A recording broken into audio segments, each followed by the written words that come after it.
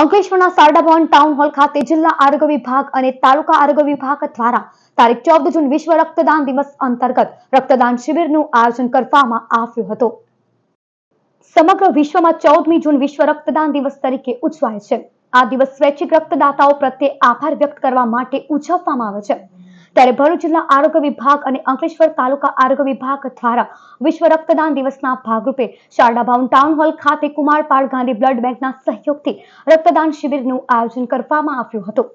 રક્તદાન શિબિરમાં સ્વૈચ્છિક રક્તદાતાઓ અને અંકલેશ્વર તાલુકા આરોગ્ય વિભાગ તથા અર્બન હેલ્થ સેન્ટરના તબીબો સહિત કર્મચારીઓએ રક્તદાન કર્યું હતું।